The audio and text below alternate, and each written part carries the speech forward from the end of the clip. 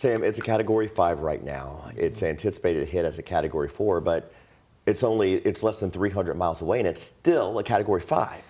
Pretty crazy, guys, and you know, it's just not good news. If it's still Category 5 this morning, the likelihood of it being a 4 or 5 at landfall later today are looking pretty high. So let's hope that something changes with its course and with its intensity, and maybe it weakens a little bit more, because any kind of weakening will greatly help the coastline of Florida. Now, let's talk about the local weather real quick before we do get into Milton.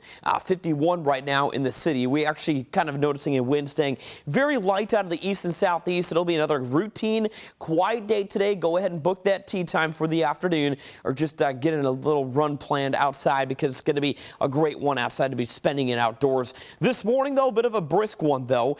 Frankfort dipping down to 48 degrees early on this morning. We have a couple of other spots up by Carrollton and towards Jefferson County, Indiana, in the lower to middle 40s. And we're actually going to be clipping 77 today in Louisville.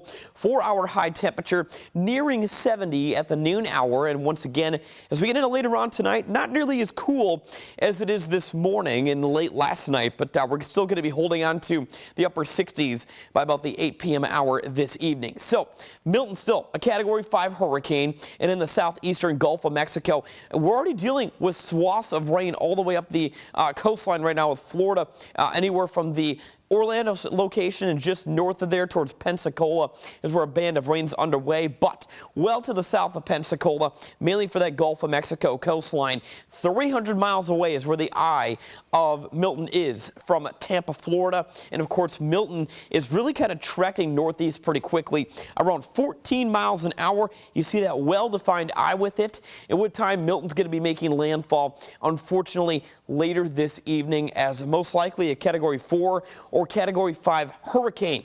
Notice all this red for much of central Florida. It's actually a hurricane warning that is issued anywhere from Orlando towards Tampa, towards Melbourne, Florida, and points south of there also towards West Palm Beach.